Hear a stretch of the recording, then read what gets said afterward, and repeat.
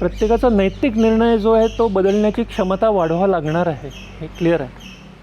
So it is an ethical crisis, it is an environmental crisis, ज्याच्याबद्दल सगळ्यांना माहीत आहे. तुम्हाला पर्यावरणावरती आपण अक्षरशः घाला घातलेला.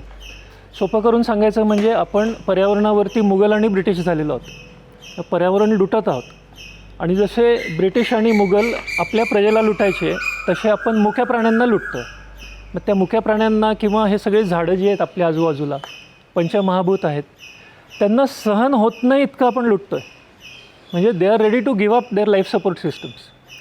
तर हे जे सायकल्स आहेत निसर्गाचे, ते कायम चालू राहणं हे जरुरी आहे. त्या सायकल्समध्ये एक अतिशय महत्त्वाची गोष्ट असते की ते सायकल्स जेव्हा फिरत असतात तेव्हा ते नित्य नवीन असं निर्माण करत असतात. तर काय करतात ते? तर प्रत्येक स्पीशीजसाठी पुरवठा निर्माण करतात. जसं एक सोपं उदाहरण आहे की दरवर्षी पाऊस आल्यानंतर डोंगरातलं जे माती आहे ती तिथल्या निसर्ग संपदेबरोबर मिसळून त्याच्यामध्ये बायोलॉजिकल काही कंटेंट पण असतो. ती सगळी खाली येते आणि आजूबाजूला ते जसं सिल्टिंग होतं, सेडिमेंट्स येतात. तर that is a renutrition of that region. कारण तिथल्या झाडांनी, रॅपेरियन सिस्टमनी जे काही घेतलेलं असतं, खाद्य म्हणून घेतलेलं असतं, ते दरवर्षी रिन्यू होतं. हे आपल्याला माहीत आहे. एक उदाहरण म्हणून मी सांगितलं. तर जे निसर्गचक्र आहे ते कायम चालू राहिलं पाहिजे आणि त्याच्यामध्ये जे न्यूट्रिशन घडत असतं ते रिन्यूट्रिशन, नित्य नूतन निर्माण असं म्हणतात. तर तो प्रोसेस आहे. त्याच्यामध्ये कोणत्याही स्पीशीजनी आपल्या गरजेइतकंच घ्यायचं असा निसर्गाचा नियम. आपली जी गरज आहे मानवजातीची आणि पुरवठा जो आहे तो फेवरेबल रेशिओ होता. रेशिओ म्हणजे प्रमाण म्हणू आपण ते. तुलनात्मक प्रमाण असतं, त्याला रेशिओ म्हणतो आपण. तर आपल्या गरजा कमी होत्या कारण आपण मुळात माणसंच कमी होती आणि स्पर्धा वाढलेली नव्हती. त्याच्यामुळे उद्याची भीती ठेवून आज मी सगळं जमा करून ठेवणार, मी संचित करून ठेवणार, मी बँकेमध्ये ठेवणार, माझ्याकडे 1 एकर जमीन आहे तर मी ती 20 एकर करून घेणार. हा जो भाग आहे ना, स्पर्धात्मक यायला लागला जशी आपली संख्या वाढली. आपण आपल्या गरजा वाढवल्या. गरजाच्या पलीकडे आपण, ज्याला अक्षरशः मराठीमध्ये हा शब्द वापरू नये पण हावरटपणा म्हणतो, त्याला ग्रीड. नीडच्या जागेवरती ग्रीड आली आणि ग्रीडच्या पलीकडे जाऊन नुसतीच माझी सत्ता आहे म्हणून मी सगळं संचित करणार, सगळंच माझ्याकडे घेणार. मी मीडियाची कंपनी असलो तर मी सगळ्या मीडियाच्या कंपनीला विकत घेणार. हा जो भाग आहे तो भीतीमधनं येतो आणि त्या भीतीमधनं संचित करणे, माझा संचय मोठा की त्याचा संचय मोठा, त्यातनं इन्सिक्युरिटी वाटणे, हे सगळं तयार होत गेलं आणि नीड्स टू रिसोर्सेस रेशो हा पूर्णपणे बिघडलेला आहे. इतका बिघडला आहे की आपण त्या निसर्गचक्राला आवश्यक असे, त्याच्या अंतर्भूत आवश्यक, माणूस नसला तरी त्याला आवश्यक आहे असे जे घटक आहेत आणि त्यांचं जे सायकल चालू असतो त्याच्यामध्येच आपण लुटायला लागलोत. मध्ये एखाद्या कारमधला एखादा पार्ट काढून घेतल्यासारखं आहे. एखादं पाईपच काढून घेतला मग डिझेलचा पुरवठाच होणार नाही, असं आपण त्या निसर्गाला मारतो आहे. आणि आपण एखाद्या जागेवरती पाणी कमी झालं तर तिथलं पाणी परत आणायचं, अशा कामामध्ये आम्ही पण आहोत. पण हे पूर्ण इक्वेशन बघितलं नाही ना तर हे अपूर्ण राहतं. आणि मास कम्युनिकेशन्समध्ये आम्ही आहोत. विश्वसंस्कृती आश्रम म्हणून आपली जी मूळ संस्था आहे ती मास कम्युनिकेशन्सची संस्था. रिसोर्स मॅनेजमेंट कुठेतरी चुकतं आहे. तर ह्याच्यामध्ये जेव्हा विश्वसंस्कृतीतर्फे आम्ही डीपली 36 इयर्स वी स्टडीड दिस. लँडस्केपला, पर्यावरणात अत्यंत महत्त्व आहे. मग एका स्पीशीजला किंवा एका प्रजातीला जेवढं महत्त्व नाही तितकं जास्त महत्त्व लँडस्केपला आहे. आणि याचं कारण साधं आहे. कुठलाही लँडस्केप बघितला तर त्यामध्ये 3 घटक असतात. पहिला घटक म्हणजे त्याच्यावर पडणारा सूर्यप्रकाश. आणि आपली अख्खी पृथ्वी जी आहे ही सोलर पॉवर्ड आहे, त्यामुळे सूर्यप्रकाश हा सर्वात महत्त्वाचा आहे. दुसरा घटक एखाद्या परिसरात असतो तो म्हणजे भौतिक, त्याच्यामध्ये एलिमेंट्स असतात, फिजिकल एलिमेंट्स. म्हणजे तिथे माती असते, दगड असते, तिथले काही तापमान असतं, तिथे पर्जन्यवृष्टी होते, तिथे दव असतो, त्या मातीमध्ये कार्बन असतो, या सगळ्या फिजिकल एलिमेंट्स असतात. आणि तिसरं घटक जे आहे ते म्हणजे बायोलॉजिकल एलिमेंट्स. बायोलॉजिकल एलिमेंट्स म्हणजे काय, तर वनस्पती आहे, कीटक आहेत, पशुपक्षी आहेत, ह्या सगळ्या गोष्टी त्या परिसरात असतात. आणि ह्या फिजिकल एलिमेंट्स आणि बायोलॉजिकल एलिमेंट्समध्ये सतत 24 तास देवाणघेवाण चालू असते. आणि ही देवाणघेवाण कशाची असते, तर ऊर्जा आणि पदार्थ, म्हणजे एनर्जी आणि मॅटर, या 2 गोष्टी फिजिकल आणि बायोलॉजिकल एलिमेंट्समध्ये कंटिन्युअसली एक्सचेंज होत असतात. सूर्यप्रकाश मातीवर पडतो, मातीमध्ये ऑर्गॅनिक इनऑर्गॅनिक घटक असतात, ते पोषणद्रव्य असतात, त्याच्यापासनं वनस्पतीला ऊर्जा मिळते, ती ते पदार्थ वनस्पती शोषून घेते आणि वनस्पती स्वतःचे नवीन पदार्थ बनवते. काही हरणं येतात, काही पशुपक्षी येतात, काही कीटक येतात, ते हे पानं, फुलं, मकरंद, पराग हे सगळं खातात. त्यामुळे तिकडे पदार्थाची देवाणघेवाण होते.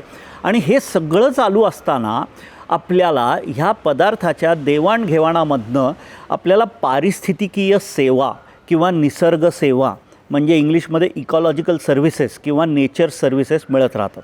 पदार्थाची देवाणघेवाणमध्ये आपल्याला माहिती असलेल्या गोष्टी म्हणजे हायड्रोलॉजिकल सायकल.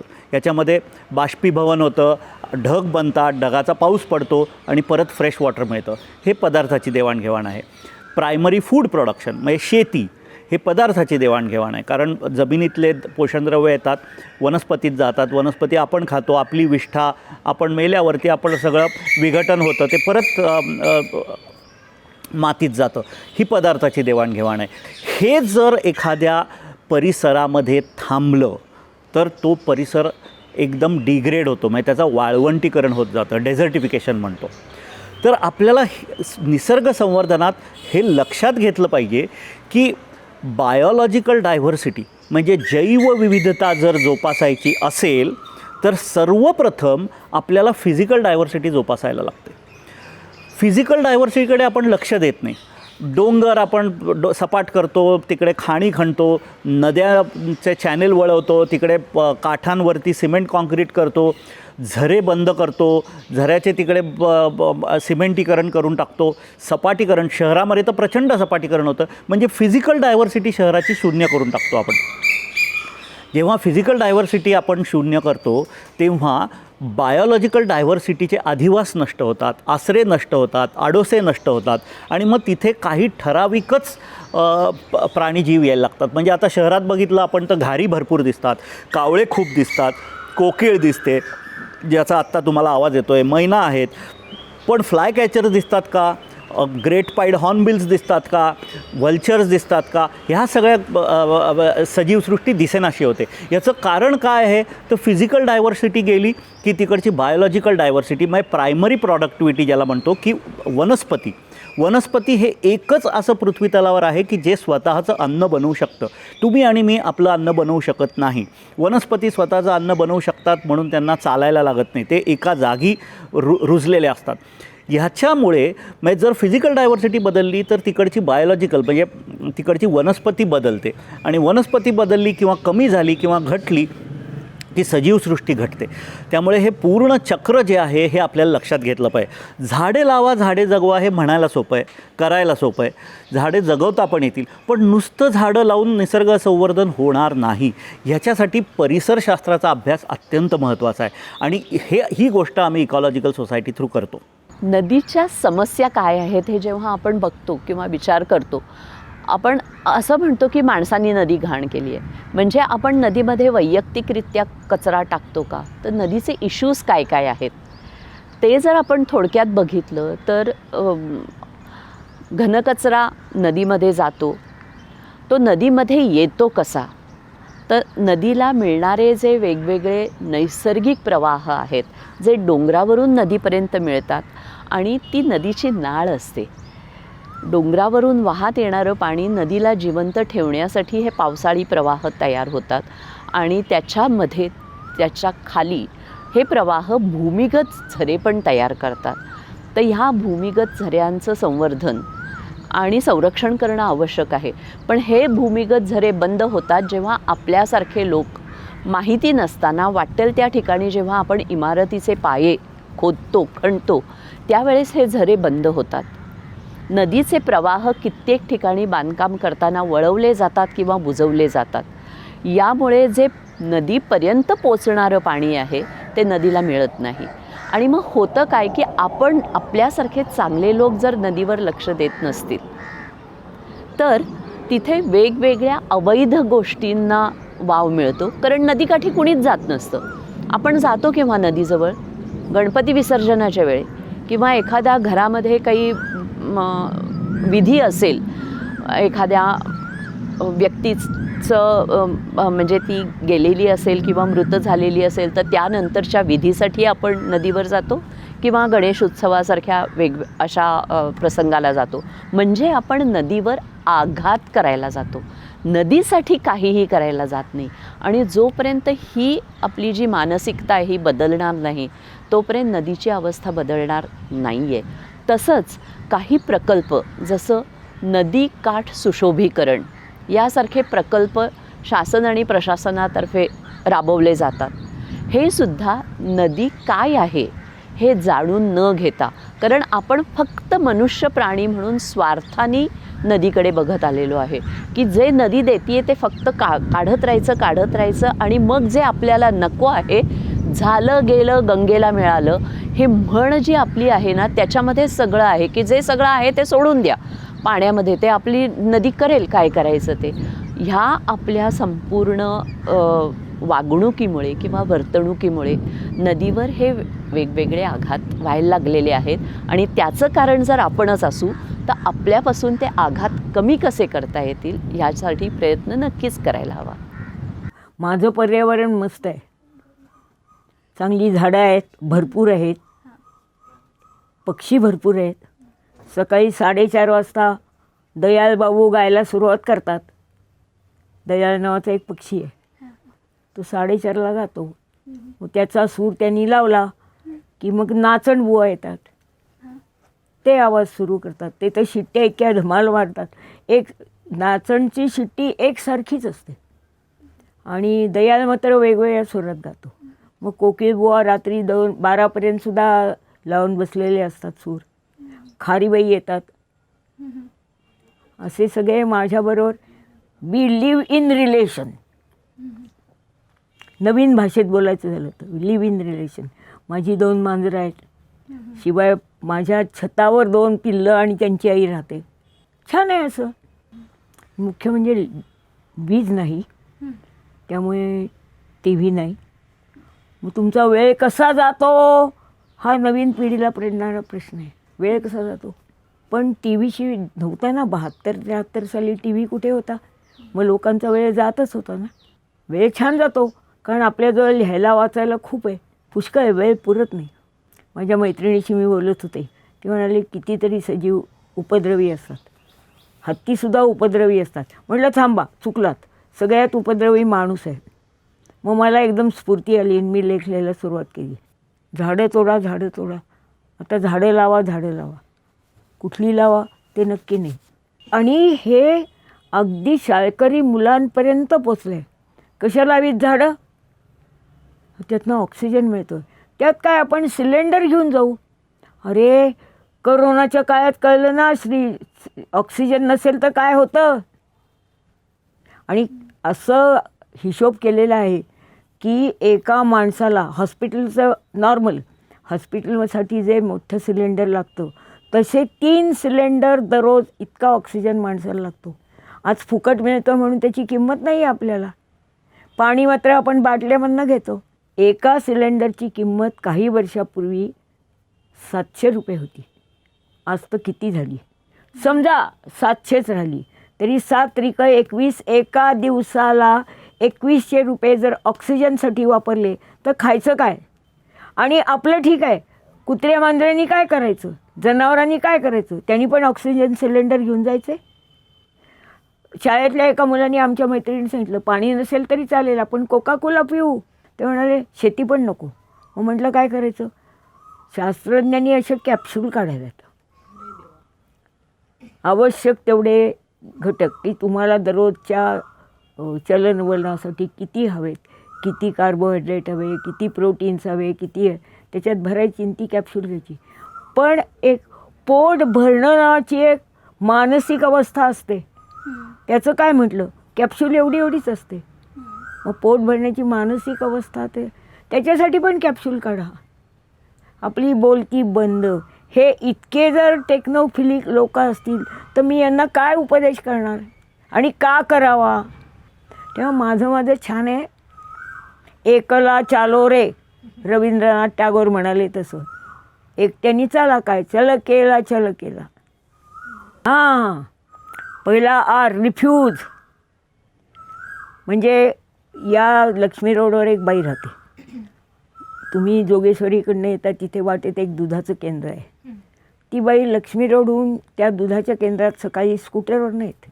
काय हो, पण आणि माझ्याकडे येणाऱ्या एका डॉक्टरबाईंनी पण कबूल केलं, आम्ही असंच करतो म्हणाली. अरे बाप रे म्हटलं, मी चुकीच्या ठिकाणी बोलते हे सगळं. तुम्ही तुमच्या शरीरातलं पेट्रोल वापरा ना. सौदी अरेबियातलं एक वाक्य सांगितलं जातं, my father use to travel on camel, I drive a car, my son flies and my grandson will have to find out again a camel. का सांगा, पेट्रोलच संपणार आहे, मग काय कराल? मग त्याच्यावर टेक्नॉलॉजीचं म्हणणं, आम्ही पर्यायी इंधन काढू.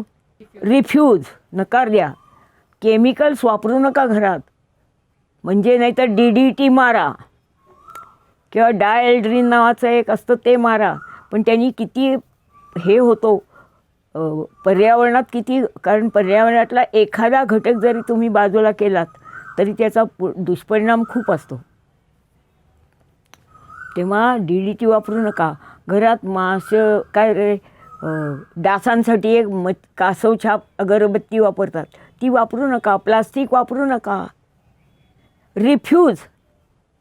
दुसरी गोष्ट रिड्यूस, वापर कमी करा.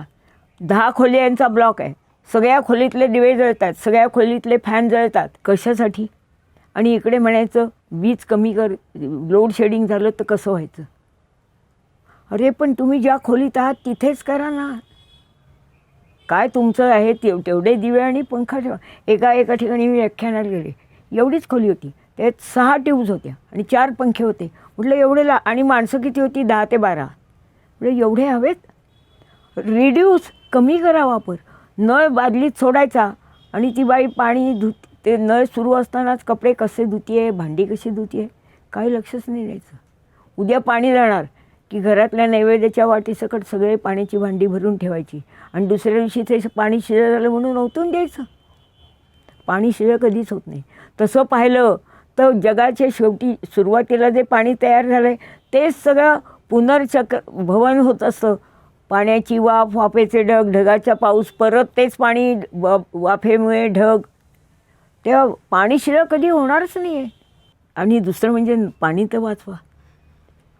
कपडे धुण्याचं जे पाणी असतं ते तुम्ही फरशी पुसायला वापरू शकता, गॅलरी पुसायला वापरू शकता, नंतर तुमचे जिने धुवायला, मोटर वाहन धुवायला.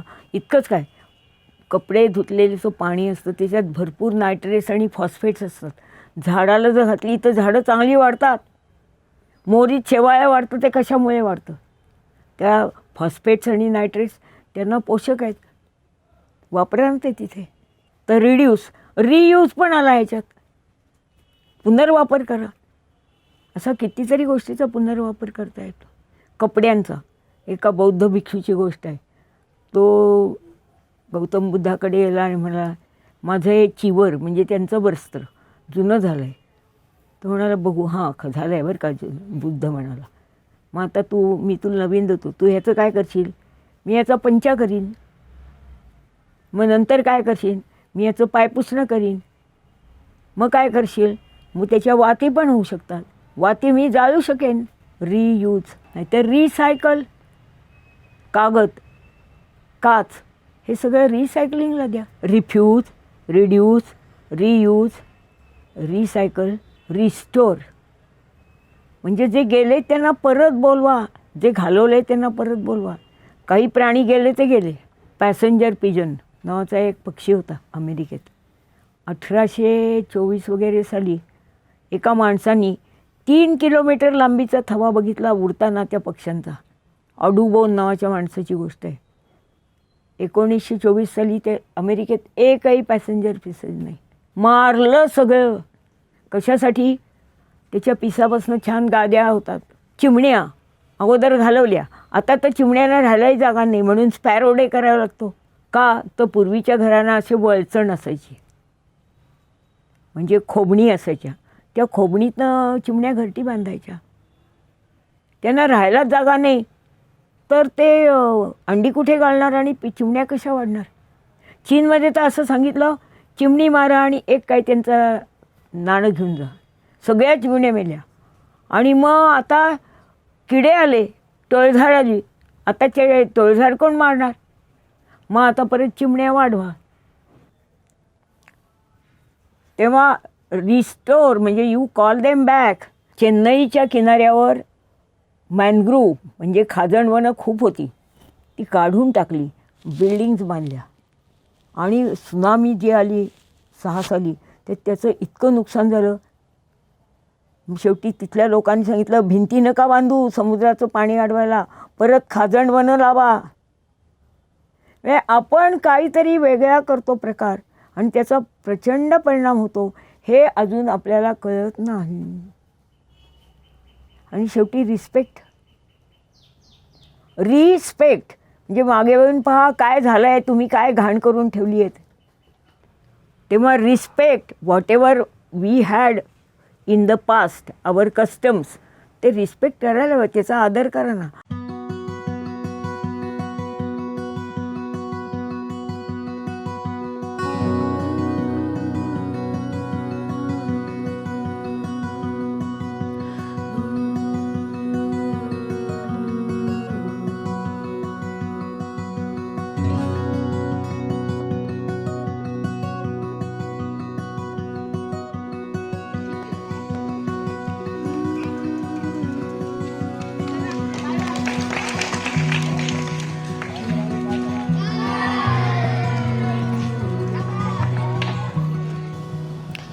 नमस्कार, मी प्रणाली.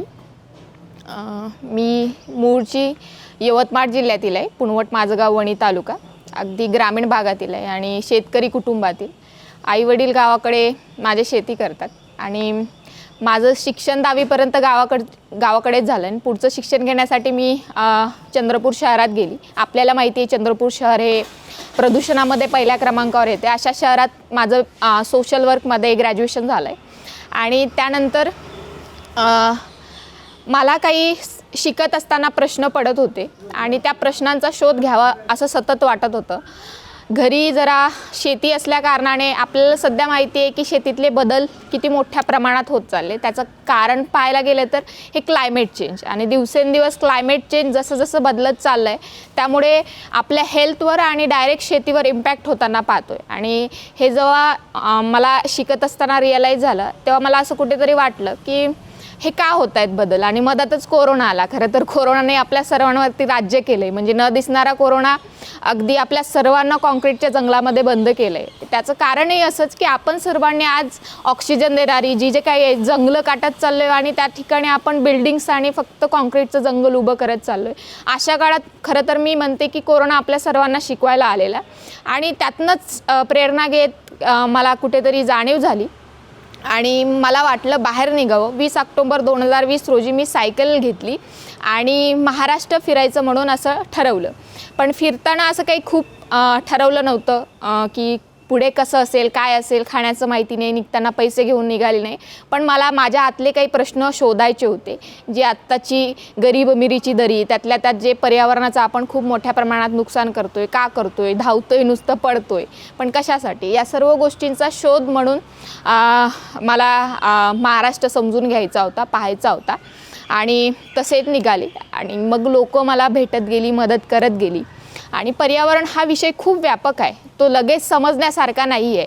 पण आपण छोट्या छोट्या कृतीमधनंही आपलं पर्यावरण संवर्धन करू शकतो असा संदेश घेऊन सुद्धा मी प्रवासात निघाली. सायकल आपल्या सर्वांना माहिती की एक महत्त्वाचं साधन आहे. म्हणजे दळणवळणाचं, गाड्या आपण पाहतोय आज सगळीकडे गाड्यांचा आवाका वाढलेला आहे. त्यामुळे प्रदूषणसुद्धा मोठ्या प्रमाणात वाढलं आहे. कार्बन उत्सर्जन वातावरणामध्ये पसरते आणि त्यामुळे हेल्थवर आपल्या जास्त इम्पॅक्ट होतो आहे. हे जेव्हा कळायला लागलं तर मी प्रवासातनं लोकांपर्यंत हा संदेश पोचवत होती.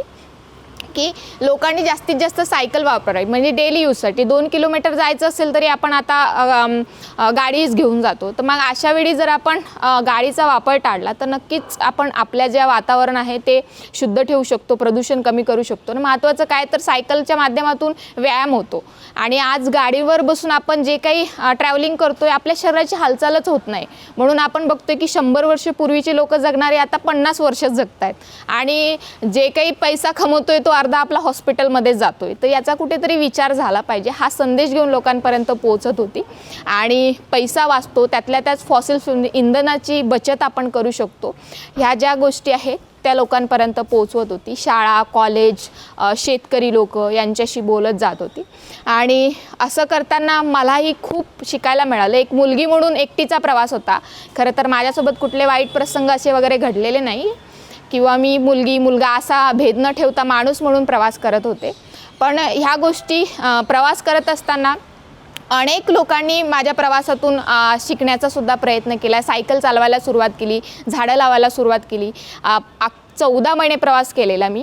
साधारण 435 दिवस घराच्या बाहेर होती. 18,000 किलोमीटर प्रवासादरम्यान मी एकदाही प्लास्टिकचा वापर केलेला नाही. आपल्याला सवय असते की बिस्लरी बॉटलमधलं पाणी प्यायचं आणि बॉटल बाहेर फेकून द्यायची. पुढे काय होतं आहे, जमिनीच्या पोटात जातं आहे, नदीच्या समुद्राच्या पोटात जातं, याचा विचार करत नाही. पण मी तसं केलेलं नाही. स्वतः कृतीशील होती. लोकांना सांगणं सोपं असतं पण आपण ते करणं कठीण असतं. पर्यावरणासंदर्भात अनेक लोक आज सांगणारे आहे, पण आपण किती कृतीशील असतो हे पण पाहिलं पाहिजे. त्याप्रमाणे प्लास्टिकचा वापर टाळलेला नाही, कापडी पिशवीचा वापर करायचे. या छोट्या छोट्या गोष्टी करत आले आणि अनेक जणांनी याचं निरीक्षण, अनुकरण केलेलं. बाकी प्रवासातून काय पाहिलं तर पर्यावरणासंदर्भात खूप भीषण परिस्थिती पाहिली. आपल्याला तितकंही अजून गांभीर्य नाही आहे. आणि आज पाहिले की जंगलही तोडताना पाहिले. रस्त्यावर, हायवेला आपल्याला थांबायचं असेल, सावलीत आता थकलोय किंवा चक्कर आली, कोणाचा ॲक्सिडेंट झाला आणि आता थांबायचं आहे, तर आपल्याला हायवेला एकही झाड म्हणजे मिळत नाही थांबण्यासाठी. तर आपला बदलता विकास, आपली बदलती संकल्पना, आपली बदलती जीवनशैली, लाईफस्टाईल, ह्या सर्व गोष्टी यासाठी कारणीभूत आहे. नमस्कार, मी गिरीश घनश्याम पाटील, मूळचा जळगावचा आहे. Youth organization for green India म्हणजेच योगी नावाची एक चळवळ आम्ही जळगावात चालवतो. जळगावला गिरणा नावाची एक नदी आहे, तापीची उपनदी. आणि या नदीच्या अवैध रेती उत्खनन आणि प्रदूषण या प्रश्नांसाठी आम्ही सुरुवातीला काम करत होतो. आणि त्यानंतर एका टप्प्यानंतर आंदोलनाच्या भूमिकेतनं आम्ही रचनात्मक कामाच्या प्रक्रियेत शिरलो. आणि तेव्हापासून सातपुड्याच्या आदिवासी भागामध्ये काही गावांमध्ये ग्रामीण विकासाच्या प्रक्रियेचे विकासक किंवा वाहक या स्वरूपात आम्ही काम करतो आहे. या पलीकडे आजच्या घडीला भारतभरामध्ये डॉक्टर राजेंद्र सिंह, ज्यांना भारताचे जलपुरुष म्हणून ओळखलं जातं, त्यांच्या नेतृत्वाखाली जलबिरादरी नावाची संस्था देशभर पाण्याच्या संवर्धनासाठी काम करते. आणि त्या संस्थेच्या युवा जलबिरादरीचा राष्ट्रीय संयोजक म्हणून सध्या माझ्याकडे जबाबदारी आहे. आणि या निमित्ताने देशभर नद्यांची परिस्थिती जेव्हा मला पाहायला मिळाली तेव्हा ती पाहत असताना जेव्हा मी बोलतो आहे तेव्हा एकीकडे मी प्रचंड होपफुल आहे आणि दुसरीकडे प्रचंड मी डिप्रेस आहे. डिप्रेस यासाठी आहे कारण आज नद्यांची जी परिस्थिती आहे ती म्हणण्याजोगी फारशी काही चांगली नाही आहे की त्यांना नद्या म्हणावं. नुसता महाराष्ट्राचाच आकडा पाहिला तर महाराष्ट्राचं सरकार असं म्हणतं की 49 महाराष्ट्रातल्या नद्या मेलेल्या आहेत, अतिप्रदूषित आहेत. हा सरकारी आकडा जर 49 असेल तर तो प्रत्यक्षात किमान 100च्या वर आहे, हा अंदाज आपण लावू शकतो.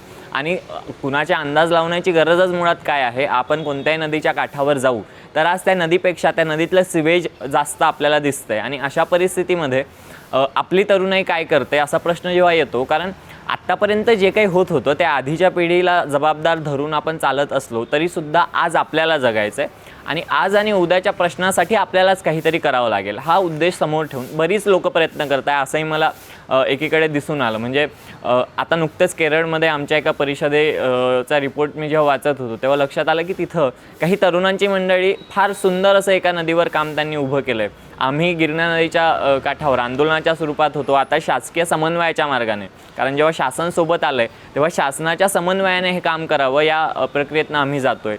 ते काम एकीकडे सुरू आहे. किंवा महाराष्ट्रातच सांगलीच्या कवठे महाकाळमध्ये जर अग्रणी नदीच्या खोऱ्यात तुम्ही गेला तर लोकसहभागातनं काय होऊ शकतं आणि त्यातल्या त्यात तिथं युवकांचा सहभाग काय असतो. जरी ते तिथले बेनिफिशियरीज असले, नदीमुळे त्यांना लाभ होत असला, हा एक भाग आपण सोडूयात, पण नदीसाठी काहीतरी करायचं आहे हा भाव मुळात जेव्हा येतो तेव्हा काहीतरी सकारात्मक होऊ शकतं. अशी चित्र देशभर आहेत, पण दुर्दैवाने ते प्रचंड कमी आहेत. ही बाब आपण जाणून घ्यायला हवी आणि यासाठी काम करणं प्रचंड गरजेचं आहे. पण पहिला प्रश्न विचारला की त्यांच्या मनात काय येतं, ब्राऊन नेशन. मग त्यांना हे सगळं समजावून सांगून what is your blue nation असं विचारलं जातं. तर तिथे ब्लू नेशन खाली व्हॉट इज युअर नेशन विचारलं तर ते ओशन असं म्हणतात. त्यांना मग परत एक प्रश्न विचारला जातो की तुमची जबाबदारी काय आहे, राष्ट्रीय जबाबदारी. तर सर्वसाधारण माणूस म्हणेल की इंडिया आणि गल्ली ते दिल्लीपर्यंत मला सगळं साफ ठेवायचं. पण सागरमित्र जेव्हा म्हणतो आहे की मला 197 देश साफ ठेवायचे कारण की त्यांची घाण सगळी माझ्या समुद्रात चालली. तर what is your nation, ocean. What is your nation of birth, India. What is your nation of responsibility, all the nations which pollute my ocean. कारण ocean is also my nation. आम्ही त्या मुलांना एकदा सांगितलं ना, अशा चार्ट्समध्ये पक्षी, मासे हे प्लास्टिक खाऊन मरत आहेत. फक्त भारतात मरत आहेत का, फक्त नद्यात आणि तलावात मरत आहेत का, तर समुद्रापर्यंत मरत आहेत. तर ह्यांना वाचवण्यासाठी आपण काम करायचं हे सांगतो. त्याच्यासाठी आम्ही मुलामुलींना सांगतो की तुम्ही घर बसल्या समुद्राला वाचवू शकता. ते म्हणतात काय करायचं, तर घरामध्ये ते कोरडं प्लास्टिक असं जमा करतात. हे 100 ग्रॅम आहे बरं का. ह्याच्यापेक्षा कमी जमा केलं तरी ग्रेट काम आहे लहान मुलांचं. कागदाची रद्दी, तुमच्या माझ्या 197 देशांमध्ये कागदाची रद्दी जमा करतात की नाही, तसं त्यांनी एक बॅग ठेवायची आणि घरातलं कोरडं प्लास्टिक जमा करायचं. लहान मुलं म्हणजे राजकुमार आणि राजकुमारी, त्यांनी घराच्या बाहेर साफसफाई करायची नाही. त्यांनी आपल्या राजवाड्यातलं कोरडं प्लास्टिक जमा करायचं. आधी स्ट्रिक्ट आहे त्या मुलामुलींना की असं प्लास्टिक जमा करायचं घरातलं की त्याच्यानंतर त्यांना हात धुवायला लागला न पाहिजे. म्हणजे कोणतंही प्लास्टिक धुवायचं काम मोठ्या माणसांचं, लहान मुलांचं नाही. म्हणजे त्यांच्यावर संस्कार करण्यासाठी आपण प्लास्टिक जमा करायला सांगतो.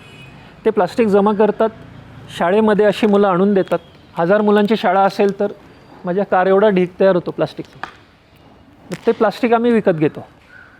हे बघा, ते प्लास्टिक आपण विकत घेतो कारण निसर्गाने आपल्याला शिकवले की any waste material has to be made food for something. तर आपण ते 100% आपल्या वेस्ट मटेरियलचं केलं पाहिजे 100% लोकांनी. म्हणून प्रत्येक युवकांनी म्हणजे फुल फ्युचर जनरेशननी प्लास्टिक फेकायचंच नाही. एकही तुकडा तो जमा करून ठेवायचा. आपण एवढा मोठा विचार केला तर क्रांतीकडे जातो. कोणीतरी प्लास्टिक फेकले ते साफ करू म्हणजे आपण फक्त झाडपूस करत बस. प्लास्टिक रिसायकलर्स सध्या स्वच्छ प्लास्टिक मागत असतात. आम्हाला एकटा रिसायकलर भेटलेला आहे पुण्यामध्ये, जो 2011पासून आजपर्यंत हे प्लास्टिक तो विकत घेतो. ते प्लास्टिकचं सेग्रिगेशन होतं, पण ब्रॉडली त्यातलं 70% प्लास्टिक ह्याचं नवीन बकेट, नवीन कुंडी, नवीन वस्तू, नवीन खुर्ची. मग ती खुर्ची झाली की कोणी फेकत नाही, ते वापरतात. ती तुटली की ती परत द्यायची. 30% जे प्लास्टिक आहे ते कुरकुरे वगैरे असं प्लास्टिक असतं. ह्याच्यात तुम्हाला दिसतं आहे त्याला चांदीसारखं एक ॲल्युमिनियमचं कोटिंग असतं. त्याचं फ्युअल होतं. प्लास्टिक हे क्रूड ऑइलमधनं आलेलं आहे. जे आपण पेट्रोल, डिझेल वगैरे सगळं काढून घेतल्यानंतर जो टारसारखा लगदा राहतो त्यातनं हायड्रोकार्बन्स काढून ते प्लास्टिक बनवतात. म्हणजे it is a product of crude oil, तर त्याचं परत क्रूड ऑइल बनतं.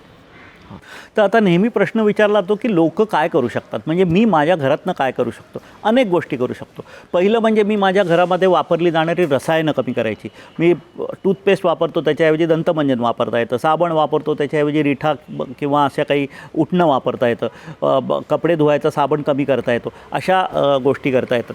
दुसरी महत्त्वाची गोष्ट करता येते की निसर्ग संवर्धनाच्या कामामध्ये आपल्या घराजवळ, आपल्या परिसरात काय कीटक आहेत, काय फुलपाखरं आहेत, काय मधमाशा आहेत यांचं संवर्धन करणे हे फार महत्त्वाचं आहे.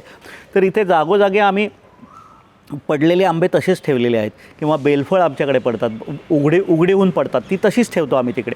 कारण त्याच्यावर फुलपाखरांना त्याच्यातनं न्यूट्रियंट्स मिळतात. त्यामध्ये बारीक बारीक कीटक येतात जे आपल्याला डोळ्याला पण दिसत नाहीत. आणि सर्वात महत्त्वाची गोष्ट काय तर कीटक हे आहेत. आणि सगळ्यात जास्ती पॉप्युलेशन पृथ्वीवरची जी आहे ती कीटकांची आहे. त्यामुळे कीटक जर तुमच्या बागेतले नाहीसे झाले तर तिथे पक्षी येणार नाहीत, तिकडे प्रजनन होणार नाही, इथे सीड डिस्पर्सल, पॉलिनेशन या सगळ्या गोष्टी थांबून जातील. तर आपल्या घराच्या भोवती कीटक आहेत ते संवर्धन करायचे. त्याच्यामध्ये काय जैवविविधता येते त्याची नोंद करत जायची. तुमच्या परिसरात बाग कुठली आहे, बागेमध्ये किती जागा आहे, तिथे काही इन्व्हेजिव्ह स्पीशीज आहेत का, तिकडची काही सुबाबूळ कमी करून त्या जागेत दुसरी चांगली झाडं लावता येतील का, ह्या सगळ्या गोष्टी करता येतात. अजूनही याच्या पुढे जाऊन काय करता येतं, मधमाशांची पेटी ठेवता येते. आता मी गेले 4 वर्ष इथे ह्या घरामध्ये सरायशू पेटीमध्ये मधमाशांची पेटी ठेवली होती आणि आम्हाला उत्तम मध मिळायचा घरच्या पुरता. काही कारणाने म्हणजे लक्ष्मीपूजनाच्या दिवशी आमच्या इथे रस्त्यावरती खूप मोठ्या फटाकांच्या 10-10 हजाराच्या माळा लावल्यामुळे त्या सगळ्या उडून गेल्या एके दिवशी. पण इथे उत्तम रीतीने सदाशिव पेठेत आमच्या घराच्या भोवती मधमाशा होत्या, त्या काही करत नाहीत, चावत नाहीत आणि चावल्या तरी ते चांगलं असतं, म्हणजे आपल्या शरीरामध्ये चांगली रसायनं जातात. अशा गोष्टी करता येतील.